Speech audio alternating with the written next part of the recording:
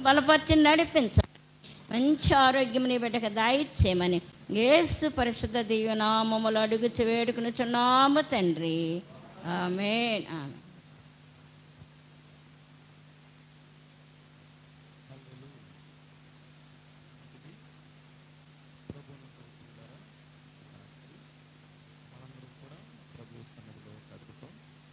మనకెంతో ఆశీర్వాదకరం,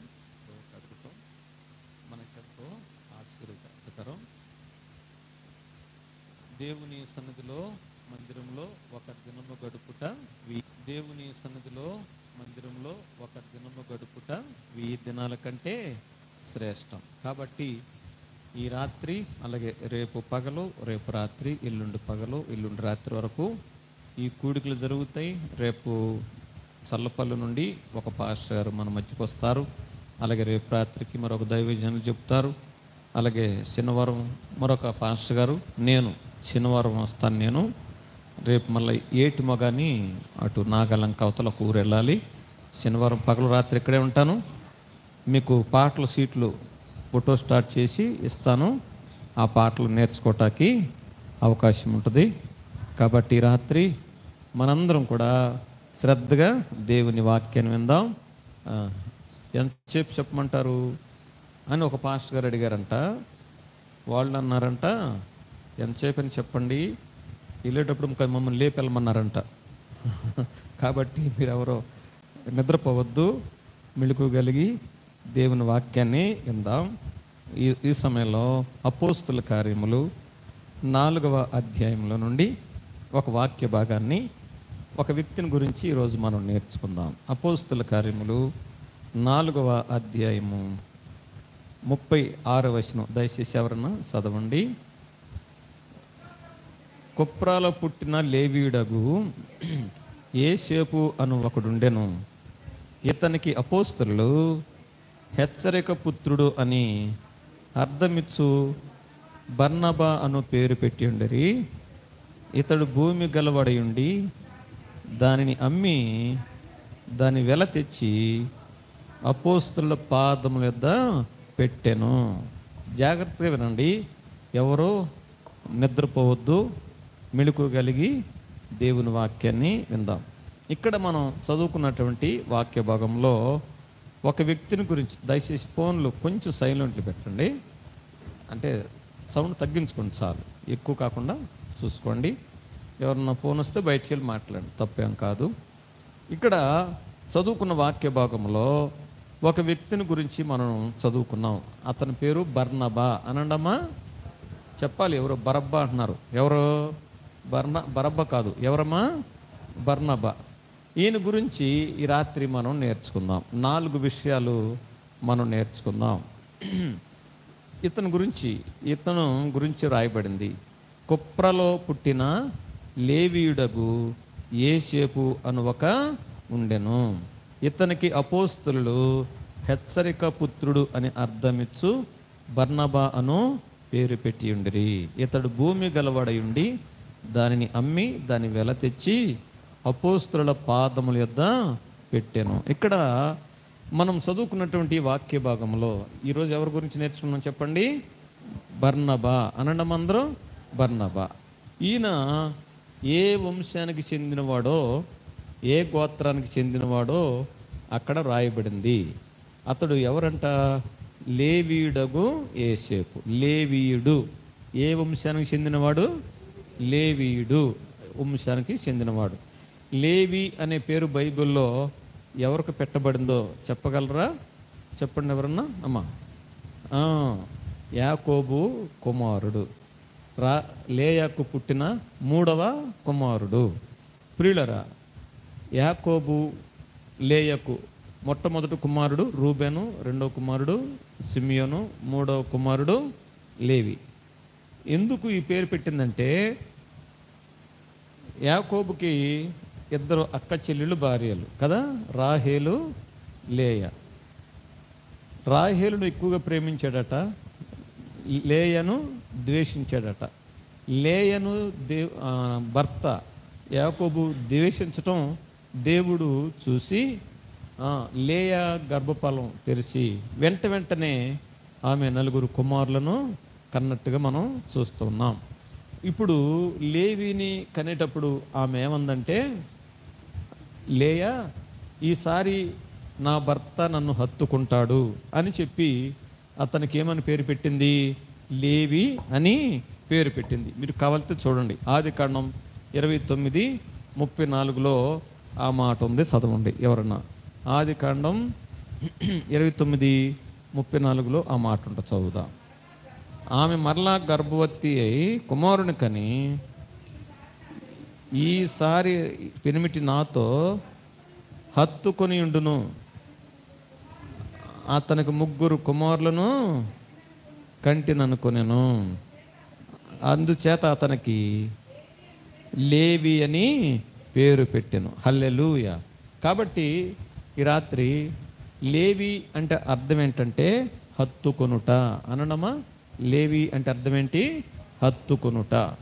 అదే రీతిగా మనము కూడా దేవునిని వెంబడిస్తున్న మనము, దేవుని అనుసరిస్తున్న మనము కూడా ప్రతిదినము దేవునిని మనము హత్తుకొని జీవించాలి. అంటే దేవుని హత్తుకోవటం అంటే ఏంటంటే మనం దేవునికి ఎప్పుడు కూడా దూరంగా ఉండకూడదు. ఎల్లప్పుడూ కూడా దేవుణ్ణి మనం ఎలా ఉండాలంట? హత్తుకొని దేవునికి దగ్గరగా మనము ఉండేవారముగా ఉండాలి అని దేవుని వాక్యము వ్రాయబడుతుంది. ప్రభునామాన్ని స్తుతిద్దాం. హల్లెలూయా. దేవునిని హత్తుకునే వారి లక్షణాలు చాలా ఉన్నాయి, కానీ 2 మాటలు చెప్తాను. దేవునిని హత్తుకోవటం అంటే ఏంటంటే మనము ప్రతిరోజు లేవగానే మొట్టమొదట చేయాల్సిన పని ఏంటంటే ప్రార్థన. చెప్పండమ్మా, మొట్టమొదట చేయాల్సిన పని ఏంటి? ప్రార్థన. మనం లేవగానే ఏం చేస్తాం? చీపురు పట్టుకోవటము, అంట్లు బయట వేయటము, ఈ పనులు చేస్తాం. కాదు, మొట్టమొదటిగా ఏం చేయాలి మనం? చెప్పండమ్మా, ప్రార్థన చేయాలి. ప్రార్థన అంటే ఏంటి? దేవునితో మాట్లాడటం, దేవునితో సహవాసం చేయటం. కాబట్టి మనము దేవుని యొక్క సన్నిధిలో కష్టం వచ్చినప్పుడు, బాధ వచ్చినప్పుడు కాదు, ప్రతిరోజు క్రమముగా ఏకుని లేచి మొట్టమొదటిగా చేయాల్సిన పని ఏంటి చెప్పండమ్మా? ప్రార్థన. హల్లెలూయా. ప్రార్థన అంటే మనం దేవుని దగ్గర అడిగి పొందుకోవటం. ప్రభు ఏమన్నాడు? మీరు ఏది అడిగినైనా నేను మీకు ఇస్తానన్నాడు. ఆయన మాట తప్పేవాడు కాదు. అడుగుడి మీకు ఇయ్యబడును, వెదకుడి మీకు దొరుకును అని వాగ్దానం చేసిన ప్రభు, మనం ప్రతిరోజు కూడా లేవగానే మనము దేవుని యొక్క సన్నిధిలో ప్రార్థన చేసినప్పుడు మన కష్టాలు, మన బాధలు, శ్రమలు అన్నీ కూడా దేవుడు తొలగించువాడై ఉన్నాడు. బైబిల్లో మనం తెలుసు కదండి. ప్రియులరా, యాకోబు ఏమని ప్రార్థన చేశాడు? దేవా నీవు నన్ను ఆశీర్వదించు అనంటే తెల్లవార్లు ప్రార్థన చేస్తున్నాడు. తెల్లవారుజామున తెల్లారుతుంది నన్ను వదిలిపెట్టంటే యాకోబు అంటున్నాడు, నీవు నన్ను ఆశీర్వదిస్తే కానీ నేను నిన్ను విడువను అని ప్రభువుని గట్టిగా పట్టుకున్నాడు. అప్పుడు అంటున్నాడు, నీ పేరేంటి అని. నా పేరు యాకోబు. ఇక నీ పేరు యాకోబు కాదు, నీ పేరు ఇశ్రాయేలుగా మార్చి. దేవుడు అక్కడ యాకోబును దీవించాడు. బైబిల్లో మరొక వ్యక్తి ఉన్నాడు, ఆయన పేరు ఎబ్బేజు అనడమ్మా, చెప్పాలి అందరూ. ఎబ్బేజు అతడు. ఎబ్బేజు అంటే అర్థం ఏంటో తెలుసా? వేదన అని అర్థం. ఏంటండి? వేదన. మన ఊర్లో ఎవరికైనా వేదన అనే పేరుందా? వేదనకు ఇంకొక అర్థం ఏంటంటే దుఃఖం. ఎవరన్నా ఈ పేర్లు పెడతారా? పెట్టరు కదా. సెంతయ్య గారు చూడు, ఆనందరావు గారు అని పెట్టుకున్నాడు. అది వేదన అంటే ఊరుకుంటాడు ఆయన? చెప్పరండి. హల్లెలూయా. కాబట్టి ప్రభునందు ప్రియులరా, ఆ తల్లి అతను కనేటప్పుడంట బాగా వేదన పడిందంట. అందుకని ఏమని పెట్టింది? వేదన అని పేరు పెట్టింది. ఎబ్బేజు అని పేరు పెట్టింది. ప్రియులరా, తల్లి చూసి ఒరే నిన్ను కన్నాను, నా బాధలు ఎక్కువైపోయినాయి, కష్టాలు ఎక్కువైపోయినాయి అంటా ఉంది. అన్నదమ్ములు లెక్క చేయట్లా. అలాంటిది ఎబ్బేజట బైబిల్లోనంట దేవుని గురించి విన్నాడట. హల్లెలూయా. ఎవరి గురించి విన్నాడు? దేవుని గురించి విన్నాడంట. ఆ మాట చూడండి, దినవృత్తాంతాల 1వ గ్రంథం 4వ అధ్యాయం. తిండమ్మా, స్పీడ్గా పరిగేయాలి. మీరు స్లోగా తీస్తారేంటమ్మా? బైబిల్ నలిగిపోద్దనే. తీయండి. 4వ అధ్యాయం 10వ వచనం చదువుకుందాం. పేజీ నెంబర్ చెప్పమ్మా, పేజీ నెంబర్ చెప్పు. 3 వాళ్ళకి నాకు వీళ్ళకి చెప్పు. 330 చదవండి. 4 అమ్మా 10 అందరు చూస్తున్నారా? చూడండి, చదవమ్మా.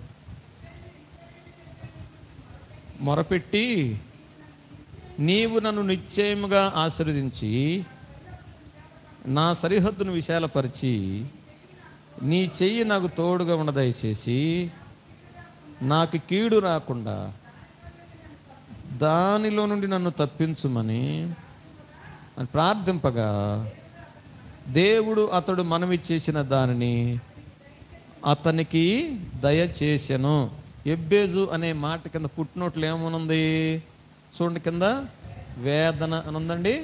అలాంటి వేదనకరమైనటువంటి జీవితంలో అతడు దేవునికి మొరపెట్టాడట. ఏమని?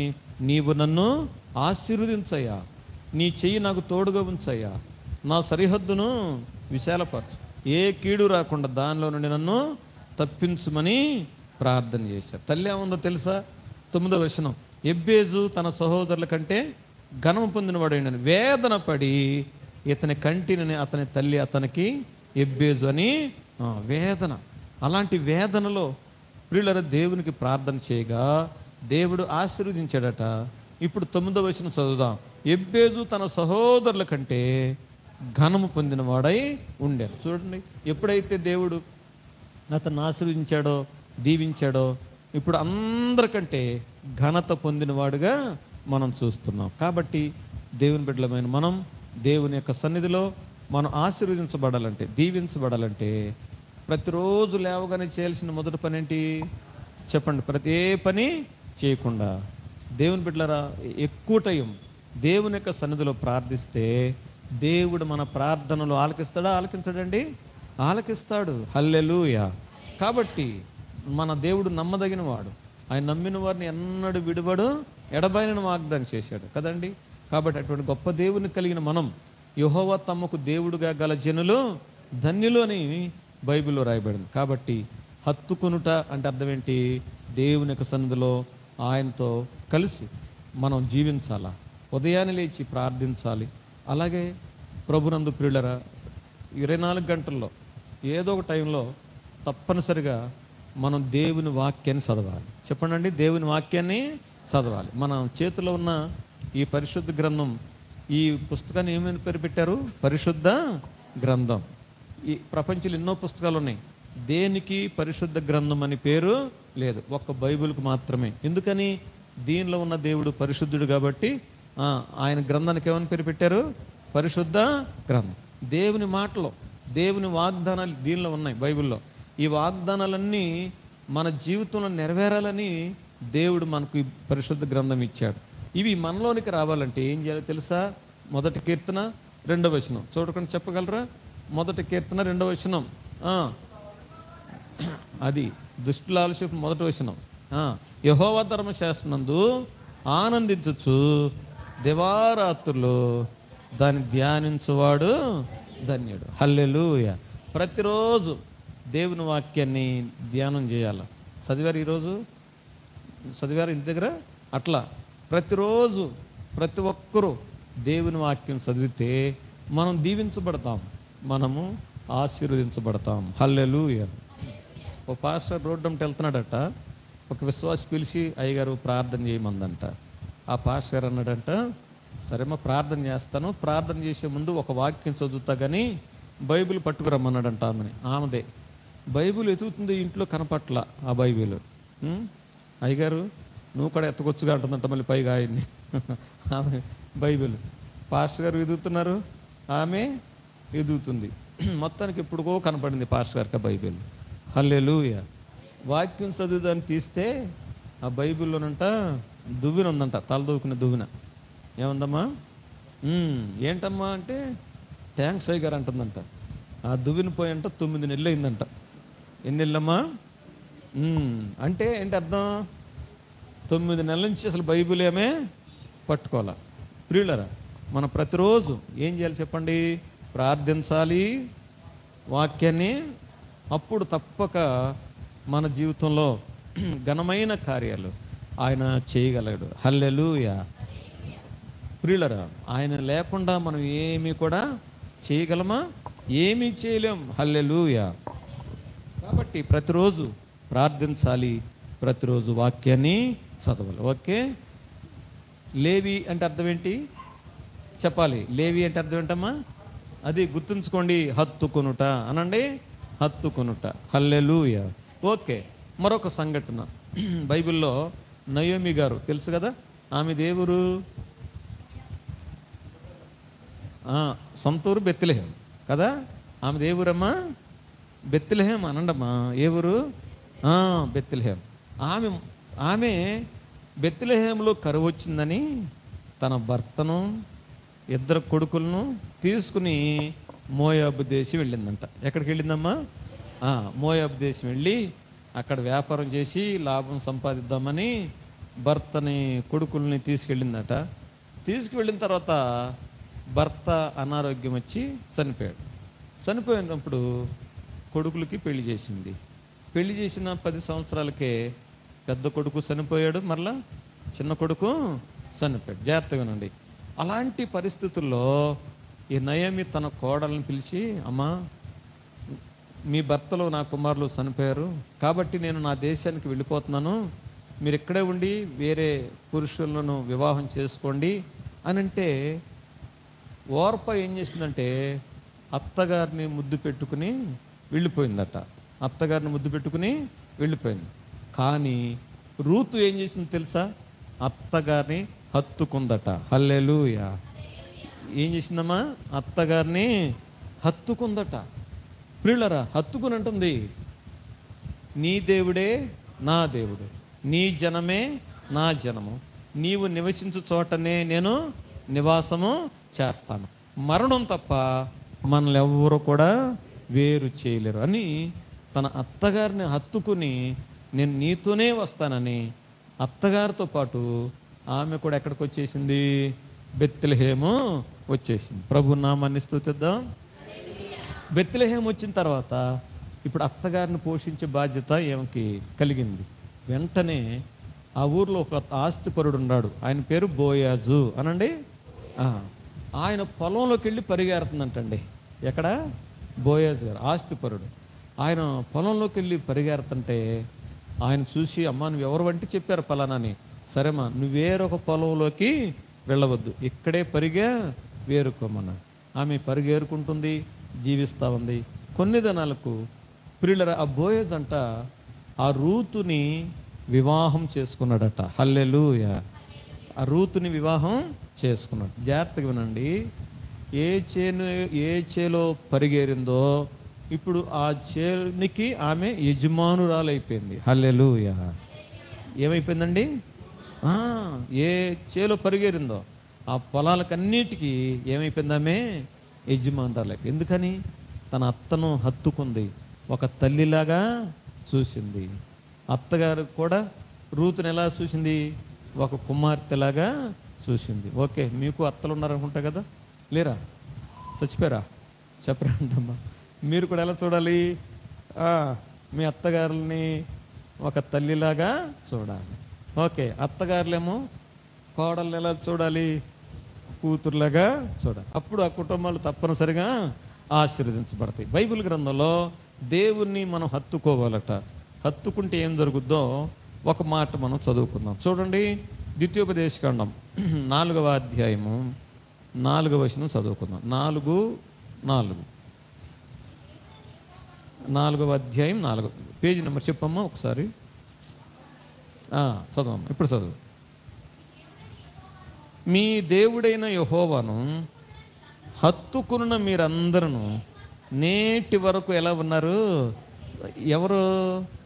దేవునిని హత్తుకుని వారు నేటి వరకు సజీవులై ఉన్నారు. మోషే గారు అంటున్నాడు, ఇశ్రాయేలీలను కానాను దేశానికి, ఐగుప్తు నుండి కానాను దేశానికి నడిపించేటప్పుడు కొందరు దేవునిని హత్తుకొని జీవించారట, కొందరేమో నిర్లక్ష్యంగా ప్రియులరా దేవుని మాట వినకుండా జీవించారు. దేవుని మాట వినని వారు అరణ్యంలో చెట్టుకు ఎండిపోయిన ఆకులు రాలినట్లుగా రాలిపోయారట. దేవునిని హత్తుకున్నవారు నేటి వరకు ఎలా ఉన్నారు? సజీవులుగా ఉన్నారట. హల్లెలూయా. వారిలో యెహోషువ, కాలేబు కదండి, వాళ్ళు ఎలా అనుసరించారట? నిండు మనసుతో దేవుణ్ణి అనుసరించి. ఒక్క పల్లవి పడదాం, చప్పట్లు కొట్టండి. అక్కడక్కడ కళ్ళు మూతలు పడతానే స్తుతిద్దాం. హల్లెలూయా. నిండు మనసుతో ఆరాధింతును, అండ నీవేగా మా కొండ నీవేగా. నిండు మనసుతో ఆరాధింతును, అండ నీవేగా మా కొండ నీవేగా. యేసయ్యా యేసయ్యా యేసయ్యా యేసయ్యా పాడదాం. యేసయ్యా యేసయ్యా యేసయ్యా యేసయ్యా.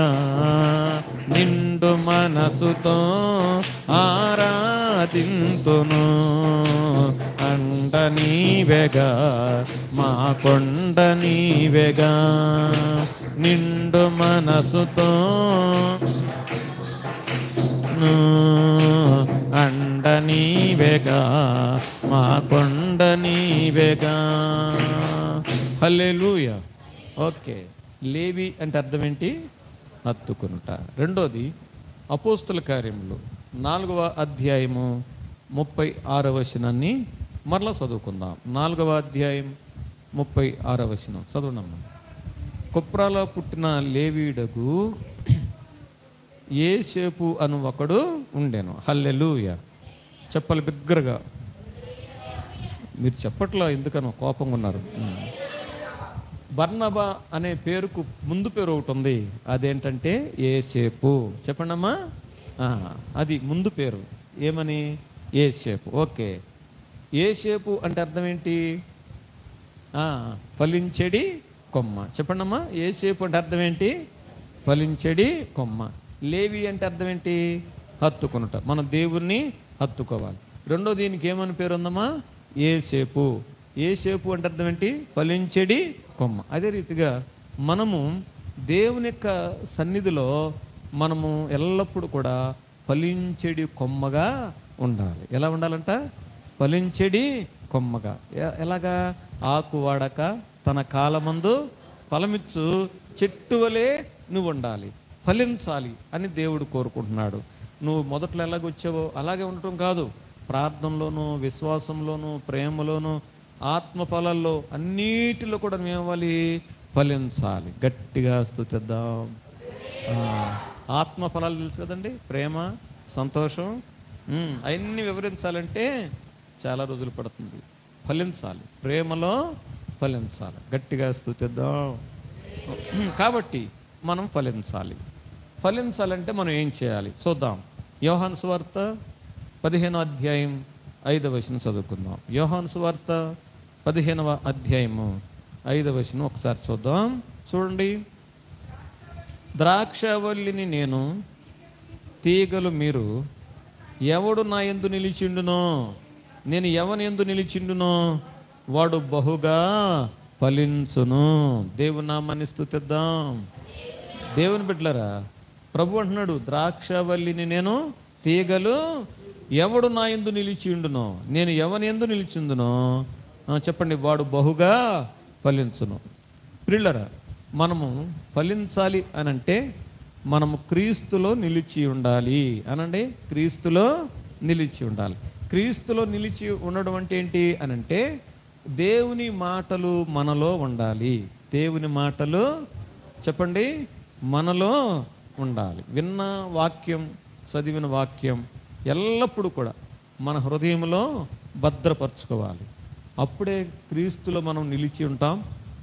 క్రీస్తులో నిలిచి ఉంటేనే మనం బహుగా ఫలిస్తాం. హల్లెలూయా. ప్రియులరా, ఈ సమయంలో దేవుని యొక్క మాటలు మనలో ఉండాలి. అప్పుడు మనం ఏమవుతాం అంటున్నాడు? ఫలిస్తాం అన్నాడు. మనం దేవునిలో నిలిచి ఉండాలి, అనగా వాక్యమందు నిలిచి ఉండాలి. వాక్యము చెప్పండి మనలో ఉండాలా. ప్రభు నామాన్ని స్తుతిద్దాం. ఒక ఆయన తేలు కుట్టిందంటండి. తేలు కుట్టితే డాక్టర్ దగ్గరికి వెళ్ళాడంట. డాక్టర్ దగ్గరికి వెళ్తే డాక్టర్ గారు అన్నాడంట, ముందిచ్చి అయ్యా అది ఎక్కడ కుట్టిందో అక్కడ వెయ్యమన్నాడంట. ఎక్కడ కుట్టింది అక్కడ వెయ్యి తగ్గిపోద్ది అన్నాడంట. ఈయనకు అర్థం కాల, అది ఆకుమళ్ళు కుట్టిందంట, అక్కడేసి వచ్చాడంట. అర్థమైందా? అంటే ఏంటి? చెప్పింది శ్రద్ధగా వినల. మనం కూడా అంతే ప్రియులరా, మర్చిపోతాం విన్న వాక్యాన్ని. కానీ ఆ వాక్యంలో మనం నిలిచి ఉంటే ఏమవుతాం? మనం బహుగా ఫలిస్తాం. అప్పుడు ఏం జరుగుతుందో తెలుసా? మరలా 7వ వచనం 15:7 యోహాను సువార్త. నా యందు మీరును మీ యందు నా మాటలను నిలిచి ఉండి నీడల, చూసారా, మీకేది ఇష్టమో అడుగుడి, అది మీకు అనుగ్రహించబడును. చేతులెత్తి స్తుతిద్దాం. దేవునిలో మనం నిలిచింటే ఫలిస్తాం. మనం ఫలించినప్పుడు ప్రియులైన దేవుని మాటలు మనలో ఉన్నప్పుడు మీకు ఏది ఇష్టమో అడుగుడి, అది మీకు ఏది ఇష్టమో అని ప్రభు అంటున్నాడు. సొలొమోన్ అంట, దేవా ఈ ప్రజలను పరిపాలించడానికి నాకు జ్ఞానము దయచేయమంటే అది కష్టతరంగా ఉంటుంది అన్నాడు దేవుడు. అనలా, సంతోషపడ్డాడు దేవుడు. హల్లెలూయా. ఏదో ఐశ్వర్యం అడుగుతావు అనుకున్నాను, శత్రువుల ప్రాణం అడుగుతావు అనుకున్నాను, దీర్ఘాయువు అడుగుతావు అనుకున్నాను, కానీ నువ్వేం అడిగావు? జ్ఞానం అడిగావు. ప్రభు ఆశ్చర్యపడ్డాడు. హల్లెలూయా. మన ప్రభు ఎవరో తెలుసా? అడుగు వాటన్నిటికంటేను, ఊహించు వాటన్నిటికంటే కూడా అత్యధికంగా దేవుడు ఇస్తాడండి. హల్లెలూయా. యాకోబు పత్రికలు అంటాడు, మీరు అడగట్లేదు కాబట్టి పొందుకోవట్ల. చెప్పండి, అడగట్లేదు కాబట్టి మీరు. ప్రభుని విసిగించాలి మనం ప్రార్థనలో. వెధవరాలు అన్యాయస్తుడైన కఠినుడైన న్యాయాధిపతి దగ్గరికి వెళ్ళి నాకు న్యాయం తీర్చమంటే ఆయన తీర్చలా. అయినా ఆమె వదిలిపెట్టలా. మాటికి చిగ్గు విడిచి వెళ్ళి తలుపు తొడతా ఉంది, పొమ్మంటున్నాడు, చివాట్లు పెడుతున్నాడు. అయినా సరే ఆమె ఆయన దగ్గరికి వెళతానే ఉంది. ఆయన ఏమనుకున్నాడు? ఆమె మాటికి రాకుండా ఉండాలంటే నేను ఆమెకు న్యాయం తీరిస్తే నా దగ్గరకు రాదు కదా అని ఆమెకు న్యాయం తీర్చాడు లేదా? తీర్చాడు. అలాగే మనం కూడా దేవుని యొక్క సన్నిధిలో మనము ప్రభువుని బ్రతిమలాడుకోవాలి, గోజాడాలి, ప్రార్థన చెయ్యాలి. గట్టిగా స్తుతిద్దాం. యోవేలు గ్రంథంలో ఏమంటాడు తెలుసా? యవ్వన కాలమందు భర్తను పోగొట్టుకున్న యవ్వనరాలు ఏ విధంగా అంగలార్చుద్దో దేవుని యొక్క సన్నిధిలో మనం ఆ విధంగా అంగలార్చాలట. హల్లెలూయా. బైబిల్లో రాయబడింది 1వ అధ్యాయంలో. ప్రియులరా, దేవుని యొక్క సన్నిధిలో మనం ఎల్లప్పుడూ కూడా ప్రార్థన చేస్తే మన ప్రార్థన విని దేవుడు మనలను ఆశీర్వదిస్తాడు. గట్టిగా స్తుతిద్దాం. నా యందు మీరును మీ యందు నా మాటలు నిలిచి ఉండి నెడల మీకు ఏది ఇష్టమో అది మీకు ఇస్తాను. కాబట్టి దేవునిలో నిలిచి ఉంటే మనము ఫలిస్తాము. చెప్పండమ్మా, దేవునిలో నిలిచి ఉంటే మనం ఫలిస్తాం. కాబట్టి యేసేపు అంటే అర్థం ఏంటి? ఫలించడి కొమ్మ. మనం ఫలించాలంటే ఎల్లప్పుడూ కూడా దేవునిలో మనము నిలిచి ఉండాలి, దేవునితో మనం సంబంధం కలిగి ఉండాలి. అప్పుడే దేవుడు మనలను ఆశీర్వదిస్తాడు. మనం ఫలించటం వల్ల ఇంకొక మాట ఏమంటాడో తెలుసా? అది దేవునికి మహిమ అంట. 8వ వచనం చదవమ్మా. మీరు బహుగా ఫలించటం వలన నా తండ్రి మహిమపరచబడును. హల్లెలూయా. మీరు ఫలించటం వలన ఎవరికి మహిమ? తండ్రికి మహిమ. మనం తండ్రికి మహిమ తెచ్చేవారంగా ఉండాలా, అవమానం తెచ్చేవారంగా ఉండాలా? మహిమ మహిమ తేవాలంటే ఏమాలా? మనము ఫలించాలా. మనం ఫలిస్తే తండ్రికి మహిమ తెచ్చేవారంగా ఉండాలంట. ఆ విధంగా మనం ఫలించేవారంగా మనం ఉందాం. ఓకే, మరలా అక్కడికి వెళ్ళిపోదాం. ఎక్కడికి? అపోస్తల కార్యములు 3వ మాటలోకి వెళదాం. 4వ అధ్యాయం 36వ వచనం. 3వ మాటలోకి వెళదాం. 4:36. కుప్రలో పుట్టిన ఉండెను, ఇతనికి అపోస్తలులు హెచ్చరిక పుత్రుడు అని అర్థమిచ్చు బర్నాబా అను పేరు పెట్టి ఉండిరి. హల్లెలూయా. ఓకే, 3వ పేరు బర్నబా. బర్నబా అంటే అర్థం ఏంటి? హెచ్చరిక పుత్రుడు. చెప్పండి, బర్నబా అంటే ఏంటండి? హెచ్చరిక పుత్రుడు. అంటే ఇతడు అనేకులను హెచ్చరించేవాడుగా ఉన్నాడు. దేవునిలో ఫలించాలని, దేవునిలో సాగాలని, అభివృద్ధి పొందాలని అనేకులను హెచ్చరించేవాడుగా ఉన్నాడు. ఒకసారి నా వైపు చూడండి. మీరు కూడా ఉపవాస కూటాలు జరుగుతున్నాయి కదా, మీరేం చేయాలా? రాని వారిని హెచ్చరించాలి.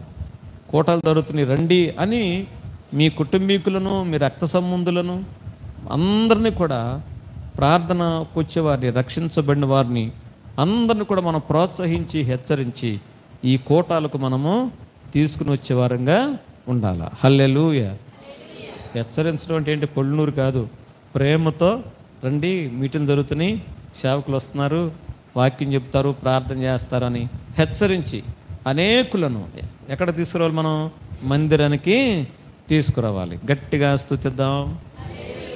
వినండి, యెహోషువ అన్నాడు, నేను ఒక్కడనే కాదు సేవించేది, నేనును నా ఇంటి వారును యెహోవాను కుటుంబంతో సహా దేవుడిని సేవించాడు. మనం కూడా కుటుంబాలతో దేవుని మందిరానికి రావాలి. ఆ విధంగా మనం హెచ్చరించే వారంగా మనం ఉండాలి. బైబిల్ గ్రంథంలో ఒక వ్యక్తి తన స్నేహితులను హెచ్చరిస్తున్నాడట. ఆ సంగతి చూద్దాం. దానియేలు గ్రంథం 2వ అధ్యాయం 17వ వచనం చదువుకుందాం. దానియేలు 2వ గ్రంథం 17వ వచనాన్ని చదువుకుందాం. 2:17 చదువుమా. అప్పుడు దానియేలు 732 పేజీ, పాత నిబంధనలో 732 పేజీ, 2:17. అప్పుడు దానియేలు తన ఇంటికి పోయి తన స్నేహితులైన హనన్యకును మిషయేలుకును అజర్యకును సంగతి తెలియజేసి. ఇక్కడ గమనించండి, ఈ హనన్య మిషయేలు అజర్య అంటే ఎవరంటే షడ్రకు మేషకు, వాళ్ళ పేర్లు తర్వాత మార్చబడినాయి. షడ్రకు మేషకు అబేద్నెగో వారిని సంగతి తెలియజేసి తానును తన స్నేహితులను బబులో తక్కిన జ్ఞానులతో కూడా నశింపకుండునట్లు ఆ కళ యొక్క మర్మ విషయంలో పరలోకమందున దేవుని వలన కటాక్షము పొంది నిమిత్తమై ఆయనను వేడుకొనుడని వారిని హెచ్చరించెను. చెప్పండి, హెచ్చరించెను. బర్నబా అంటే అర్థం ఏంటి? హెచ్చరిక పుత్రుడు. ఇక్కడ దానియేలు అట తన స్నేహితులను హెచ్చరిస్తున్నాడట. చెప్పండి, తన స్నేహితులను హెచ్చరిస్తున్నాడు. ఇక్కడ విషయం ఏంటంటే, నెబుకద్నెజరు రాజు ఒక కల కన్నాడండి. ఆ కలగని ఆ కళ మర్చిపోయాడు. కలగన్నాడు, చెప్పండి, ఆ కళను మర్చిపోయాడు. అప్పుడు ఆ దేశంలో జ్ఞానులందరిని పిలిచి, అయ్యా నేను ఒక కలగన్నాను, కళ మర్చిపోయా. జ్ఞానులారా, మీరు జ్ఞానులు కాబట్టి ఆ కళ చెప్పాలి, కళ భావాన్ని చెప్పాలి. అప్పుడు వాళ్ళు ఏమంటున్నారంటే, నువ్వు కళ చెప్పు, దాని భావాన్ని చెప్తా ఉన్నారు. నేను మర్చిపోయా కాబట్టి మీరు జ్ఞానులు కదా, కళ చెప్పాలి, చెప్పండి, కళ అర్థాన్ని చెప్పాలి. వాళ్ళు ఏమంటున్నారు, నువ్వు కళ చెప్పు, దాని అర్థాన్ని. నువ్వు కళ చెప్పకుండా ప్రపంచంలో ఎవరు కూడా దాని అర్థాన్ని చెప్పలేరు. అప్పుడు రాజుగారంట ఆ దేశంలో ఉన్న జ్ఞానులందరినీ చంపాలని ఆజ్ఞాపించాడట. చంపుకుంటూ వస్తున్నారట, దానియేలుని చంప చూశారట. అప్పుడు దానియేలు ఎందుకు చంపుతున్నారు? అప్పటి వరకు దానియేలు తెలీదు. అప్పుడు వెంటనే దానియేలు చెప్పారు, రాజుగారు కలగన్నాడట, కళ మర్చిపోయాడట, ఇప్పుడు కళ చెప్పాలంట, దాని భావాన్ని చెప్పాలంట. అంటే వెంటనే ఆ కళ చెప్తాను, కళ భావాన్ని చెప్తాను అని నాకు టైం ఇమ్మన్నాడు. ఆ రాత్రికి రాత్రే తన స్నేహితులు ఇంట్లో ఉంటే వారిని హెచ్చరిస్తున్నాడు. హల్లెలూయా. లేకండి, మనకు ఆపద వచ్చింది, రాజుగారు కలగన్నాడట, ఆ కళ తెలియాలి, దాని భావం మనకు అని వాళ్ళు హెచ్చరించి వారు నలుగురు కూర్చుని ప్రార్థన చేశారట. దేవుని నామాన్ని స్తుతిద్దాం. ఆ నలుగురు కూర్చుని ప్రార్థన చేయగానే దేవుడు కళ చూపించాడంట, దాని భావాన్ని చూపించాడు. ఆ విషయాన్ని రాజుగారు చెప్పినప్పుడు రాజుగారట దానియేలుకు సాష్టాంగ నమస్కారం చేశాడట. హల్లెలూయా. నీ దేవుడే నిజమైన, నీ దేవుడు తప్ప ప్రపంచంలో ఎవరు కూడా లేరని. ప్రియులరా, అంతగా దేవుడు దానియేలు ద్వారా గణపరచబడ్డాడు. కారణం ఏంటి? దానియేలు తన స్నేహితులను ఏం చేశాడండి? హెచ్చరించాడు. మనం కూడా ఏం చేయాలా? ప్రార్థనకు రమ్మని అనేకులను హెచ్చరించేవారు ఉండాలా. ప్రియులరా, ఇంకొక మాట చూపిస్తా చూడండి. హెబ్రీ పత్రిక 10వ అధ్యాయం, హెబ్రీ పత్రిక 10వ అధ్యాయము 24వ వచనం చదువుకుందాం. 10:24 10:24 క్రొత్త నిబంధనలో 206వ పేజీ. చూడండి ఈ మాట, కొందరు మానుకొనుచున్నట్లుగా సమాజము కూడుట మానక ఒకరినొకడు హెచ్చరించుచు ఆ దినము సమీపించుట మీరు చూసిన కొలది మరి ఎక్కువగా అలాగు చేయొచ్చు. ప్రేమ చూపుటకును సత్కారములు చేయుటకును ఒకరినొకడు పురుకొల్పవలనని ఆలోచింతుము. హల్లెలూయా. కొందరు మానుకొనుచున్నట్లుగా సమాజంగా కూడుట మానక, కుటుంబారాధనలు ఉన్నాయి, ఉపవాస కోటలు ఉన్నాయి, చర్చిలో ప్రార్థనలు జరుగుతాయి, అవి మానుకోకుండా, కొందరు మానట్లుగా మీరు మానుకోకుండా ఏం చేయాలంటాడు? ఒకరినొకరు హెచ్చరించుకోవాలట. ఏం చేయాలండి? హెచ్చరించాలి. చేతులు ఎత్తిస్తూ తెద్దాం. హెచ్చరించాల్సిన బాధ్యత నీకుంది, బైబిల్ చెప్తుందండి. కాబట్టి దేవుని బిడ్డలరా, బర్నబా అంటే అర్థం ఏంటి? హెచ్చరిక పుత్రుడు. మనం కూడా ప్రియుల రేకులను సాధ్యమైనంత వరకు, యోధా పత్రులు అంటాడు, కొందరు అగ్నిలో నుండి లాగినట్లుగా అనేకులను లాగి మందిరానికి తీసుకురావాలి. రక్షణ పొందేవారుగా మనము మార్చాలి. ప్రియులరా, దేవుని తెలుసుకునేటట్టుగా మనం రక్షణ పొందాం, అనేకులను రక్షణలోనికి నడిపించాలా. గట్టిగా స్తుతిద్దాం. చెప్పండమ్మా. ఇటువరకు దీపాలు ఉండేవి కదా, ఇప్పుడు అన్ని లైట్లేనండి. దీపం వెలిగించి మంచం కింద పెడతారా, మధ్యలో పెడతారా, దీపస్తంభం మీద? ఏమండి, మంచం కింద పెడతారా, దీపస్తంభం మీద పెడతారా? మంచం కింద పెడితే ఇల్లంతా వెలుగు రానే రాదు. ఏం చేస్తారు? కాబట్టి దీపస్తంభం మీదనే ఇల్లంతా వెలుగొచ్చేటట్టుగా. అదే రీతిగా నువ్వు వెలిగించబడ్డావు, అనేకులను వెలిగించాలి. చేతులు ఎత్తిస్తూ తెద్దాం. నువ్వు వెలిగించబడ్డావు, రక్షణ పొందావు, అనేకులను వెలిగించాలి, అనేకులను రక్షించాలా. చేతులు ఎత్తిస్తూ తెద్దాం. ప్రభు వచ్చాడు అనుకోండి, నీ ఒక్క వ్యక్తివే ఎత్తబడాలా, ఇంటి వారందరూ ఎత్తబడాలా? ఎత్తబడాలంటే మనం హెచ్చరించాలి. ప్రభువుని నమ్ముకునేటట్టుగా నీ సత్క్రియల ద్వారా, నీ ప్రార్థన ద్వారా నీ తల్లిదండ్రులను, నీ అత్తమామలను, నీ కుమారులను, అందరిని అక్క చెల్లెళ్ళను దేవునిలోనికి నడిపించాల్సిన బాధ్యత నీ మీద ఉన్నది. లేదంటే రేపు దేవుడు నిన్ను లెక్కడుగుతాడు. గట్టిగా స్తుతిద్దాం. కాబట్టి నీవు నీ ఇంటి వారందరినీ రక్షించాలి, వారి కోసం ప్రార్థన చేయాలి, ప్రభు మాటలు చెప్పాలి. ప్రభు శక్తిని గురించి, ఆయన గొప్పతనాన్ని గురించి చెప్పినప్పుడు తప్పనిసరిగా దేవుడు వారితో మాట్లాడతాడు, వాళ్ళందరూ రక్షణ పొందుతారు. ప్రభు నామాన్ని స్తుతిద్దాం. ఓకే, చివరి మాటలకు వచ్చేసాను, దయచేసి చూద్దాం. మళ్ళీ అక్కడికి వెళ్ళిపోదామా? ఎక్కడికి? అపోస్తుల కార్యములు 4వ అధ్యాయం. ఈసారి 37వ వచనం చదువుకుందాం. ఇతడు భూమి గలవాడై ఉండి దానిని అమ్మి దాని వెల తెచ్చి అపోస్తుల పాదముల యొద్ద పెట్టెను. ప్రభు నామాన్ని గట్టిగా స్తుతిద్దాం. ఓకే, ఒక్కసారి ముందుకెళ్ళొద్దాం. ఇతడు ఏ వంశానికి చెందినవాడు? లేవి వంశానికి చెందినవాడు. లేవి అంటే అర్థం ఏంటి? హత్తుకొనుట. హత్తుకొనుట అంటే లేవగానే ఏ పని చేయాలి? గబగబ టీ పెట్టి తాగాల? చెప్పరండి మా, లేవగానే కాఫీలు తాగేస్తాం మనం. హైగా అది చేయాల్సింది. ఏం చేయాలి మనం?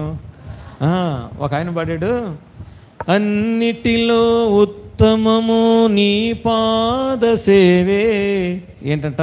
అన్నిటిలో ఉత్తమం ఏంటంట? ఆయన పాదాలు పట్టుకుని ప్రార్థన చేయటం. లేవగానే పాడదాం. అన్నిటిలో ఉత్తమము నీ పాద సేవే, అది నాకు నీ కృపతో దయచేసినాము.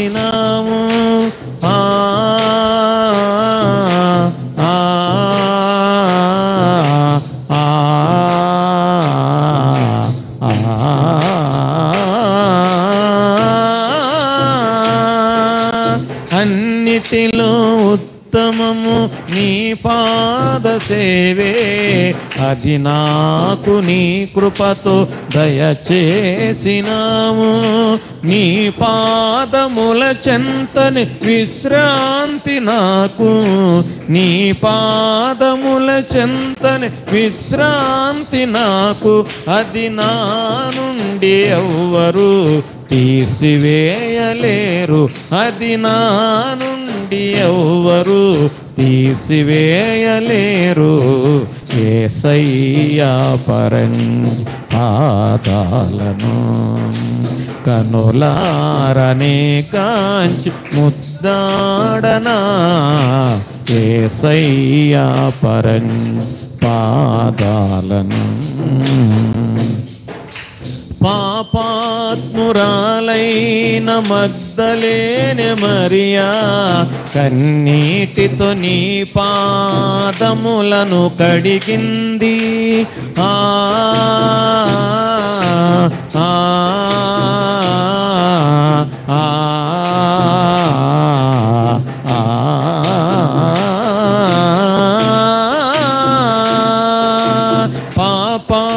పాపాత్మురాలైన మగ్దలేనె మరియా కన్నీటితో నీ పాదములను కడిగింది. పూర్ణమైన మనసుతో నీ పాదాలను తుడిచింది. పూర్ణమైన మనసుతో నీ పాదాలను తుడిచింది. ఆ రీతిగా నిన్ను ఆరాధించెదను, నేనా రీతిగా నిన్ను ఆరాధించెదను. యేసయ్యా పాదాలను. హల్లెలూయా. రాగం తీస్తే రోగం పోద్దంట. నేను పాడేటప్పుడు పాడండి, రోగాలన్నీ పోతాయి. గట్టిగా స్తుతిద్దాం. ఓకే. లేవి అంటే అర్థం ఏంటి చెప్పాలి, గుర్తుండాలి వాక్యం. తర్వాత ఆయనకి ముందు పేరేంటి బర్నబా గారికి? యేసేపు అంటే అర్థం ఏంటి? ఫలించడి కొమ్మ. మనం ఫలించాలంటే క్రీస్తులో నిలిచి ఉండాలి. నిలిచి ఉంటే ఏది అడిగినా ఇస్తానన్నాడు. అలాగే ఫలించటం వలన తండ్రికి మహిమ అన్నాడు. కాబట్టి మనం ఫలించాలి. మూడో మాట ఏం చెప్పుకున్నాం? బర్నబా. బర్నబా అంటే అర్థం ఏంటి చెప్పండి? హెచ్చరించేవాడు. మనం కూడా ఏం చేయాలి? ప్రార్థనకు రాని వారిని రక్షణ పొంది కొంతమంది చర్చి మానేస్తారే, పోతూ పేర్లే నాకెంతులు అనుకోకూడదు. ఏం చేయాలి? వారిని హెచ్చరించి తీసుకురావాల్సిన బాధ్యత మనది. మన ప్రయత్నం మనం చేయాలి అంతే. హల్లెలూయా. ఆ విధంగా హెచ్చరించాలి. ఓకే. నాలుగోది 37వ వచనం చదవం మరలా. ఇత భూమి గలవాడయుండి దానిని అమ్మి దాని వెల తెచ్చి అపోస్తలుల పాదముల యొద్ద పెట్టెను. హల్లెలూయా. నాలుగోది బర్నబా దేవునికి ఇచ్చేవాడుగా ఉన్నాడు. చెప్పండమ్మా, దేవునికి ఇచ్చేవాడుగా ఉన్నాడు. అతను తనకున్న భూమి అంతా అమ్మి తీసుకొచ్చేసి దేవుని పరిచర్యకంట శిష్యులకి ఇచ్చేసాడట, అపోస్తులకి, అంటే పేతురు, యోహాను, యాకోబు వాళ్ళకి. హల్లెలూయా. అంటే అతడు నాలుగోది ఎలాంటి మనసు కలిగిన వాడు? దేవునికి ఇచ్చే మనసు కలిగిన వాడుగా ఉన్నాడు. అతడంతా అమ్మేశాడు. అలాగే మనకున్నదంతా అమ్మి తీసుకురమ్మని నేను చెప్పను. అట్లా చెప్పాను అనుకోండి, అసలు ఈయన పిలవద్దంటారు మీరు. కానీ నేను చెప్పేది ఏంటంటే, మనకొచ్చే వ్యాపారం కావచ్చు, వ్యవసాయం కావచ్చు, ఉద్యోగం కావచ్చు, ఏ పనైనా సరే మనకొచ్చే లాభంలో కేవలం 10% అది దేవునిది అనండి. చెప్పండి. ఎంత బాగా మాట్లాడారు, ఇప్పుడు మాట్లాడలా. 10% ఎవరి సొమ్ము? అది దేవుని సొమ్ము. గట్టిగా స్తుతిద్దాం. దేవుని బిడ్డలారా అర్థం చేసుకోండి. కోటాలు పెట్టినప్పుడు దేవుని సేవకులు వస్తారు. కోటాలకు ప్రత్యేకంగా కానుకలు ఇవ్వండి. అది మీకు ఎంతో ఆశీర్వాదం. హల్లెలూయా. రేపు ఒక దైవజనులు వస్తాడు, ఎల్లుండి ఒక దైవజనులు వస్తారు, ఎల్లుండి ఆర్కెస్ట్రా ఉంటుంది. కేవలం మీకోసమే, నేను పాడటాను కాదు, మీకు పాటలు అలవాటు చేయాలని, నేర్పించాలని కీబోర్డు, ప్యాడ్ మంచిగా వస్తుంది. అంటే రేపు నేను ఉండకపోవటం వల్ల వాళ్ళు రామన్నారు, ఎల్లుండి వస్తారు. పగలు రాత్రి మీరు రండి, ఇంక అనేక మందిని తీసుకురండి. కాబట్టి మనము ఏమి ఇవ్వాలి? దేవునికి 10% ప్రభువుకి తప్పనిసరిగా ఇవ్వాలి. దేవుని నామాన్ని స్తుతిద్దాం. హల్లెలూయా. ప్రియులరా, మీకు ఒక వచనం నేర్పుతాను, మీకు ఆశీర్వాదకరంగా ఉంటుందని నేను విశ్వసిస్తున్నా. నాతో చెప్పండి. 10వ భాగము చెప్పట్లా ఇప్పుడు బాగానే.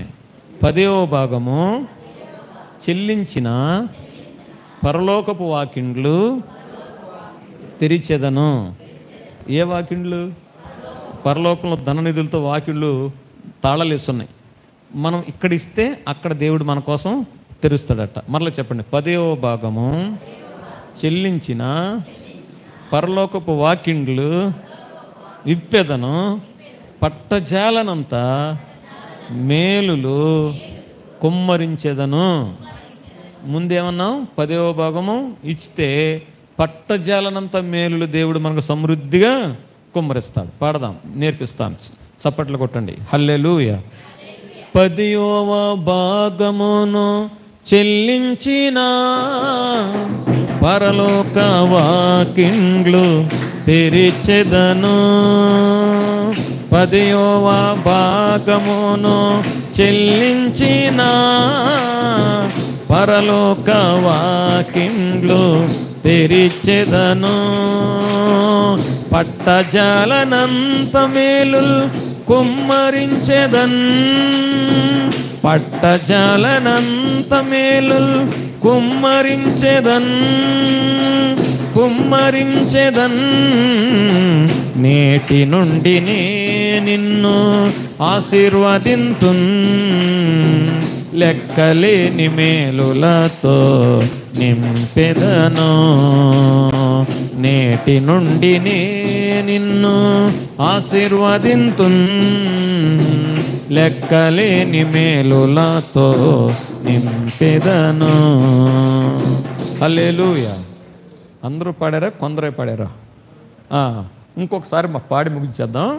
10వ భాగము చెప్పండి. చెల్లించిన పరలోకపు వాకిండ్లు తెరిచెదను, పట్టజాలనంత మేలులు కుమ్మరించెదన్. ఓకే, వచ్చిన ఏం పాడాను? పల్లవి. పల్లవి నేటి నుండి నేను నిన్ను, తర్వాత లెక్కలేని మేలు. ఎన్ని మేలులు? నువ్వు లెక్కట్లేవు, అంత ఆశీర్వాదం దేవుడు ఇస్తాడు. అన్ని డబ్బులు నీకు ఇస్తాడు. డబ్బులు లెక్క పెట్టడానికి విసుకొచ్చేస్తా నీకు. దేవుని నామని స్తుతిద్దాం. హల్లెలూయా. నేటి నుండి నేను నిన్ను నువ్వు ఇస్తేనంట. ఇంకొక విషయం కింద అంటాడు, గోదావరి నది మీరు ఎప్పుడైనా చూడండి, ఎప్పుడు వెళ్ళినా ప్రవహిస్తూనే ఉంటుందట. హల్లెలూయా. నేను చూసా గోదావరి నది వ్యాపించు పారెడి వాగులు నీవి, నదీ తీరమందలి తోటవు నీవే. ఏ తోట? నదీ కృష్ణ నది ఒడ్డున తోట ఎట్లా ఉంటుందయ్యా? పచ్చగా. నదీ తీరమందలి తోటయు నీవే. తర్వాత పరిమళ సుగంధమిచ్చు చందనము నీవేగా. పరిమళ చందనపు చెట్టు ఏం చేస్తుందట? పరిమళ నరికేవాడికి కూడా వాసన ఇస్తుందా? ఇవ్వదా? హే, నువ్వు నన్ను నరుగుతున్నావు, నీకు ఇస్తానంటదా? ఇవ్వదా? నరికేవాడికి కూడా ఏం చేస్తుంది? అది సువాసన ఇస్తుంది. మరలా పాడదాం, ముగిద్దాం. 10వ భాగమును చెల్లించిన పరలోక వాకిండ్లు తెరిచెదను. మరలా 10వ చెల్లించిన పరలోక వాకిండ్లు తెరిచెదను. పట్టజాలనంత మేలుల్ కుమ్మరించెదన్, పట్టజాలనంత మేలుల్ కుమ్మరించెదన్, కుమ్మరించెదన్. నేటి నుండి నే నిన్ను ఆశీర్వదింతున్, లెక్కలేని మేలులతో నింపెదను. పాడదాం. నేటి నుండి ఆశీర్వదింతున్, లెక్కలేని మేలులతో నింపెదను. వ్యాపించు పారేడి వాగులు నీవేగా, నది తీరమందలి తోటయు నీవేగా. వ్యాపించు పారేడి వాగులు నీవేగా, నది తీరమందలి తోటయు నీవేగా. పరిమళ సుగంధమిచ్చు చందనము నీవేగా, పరిమళ సుగంధమిచ్చు చందనము నీవేగా, నీవేగా.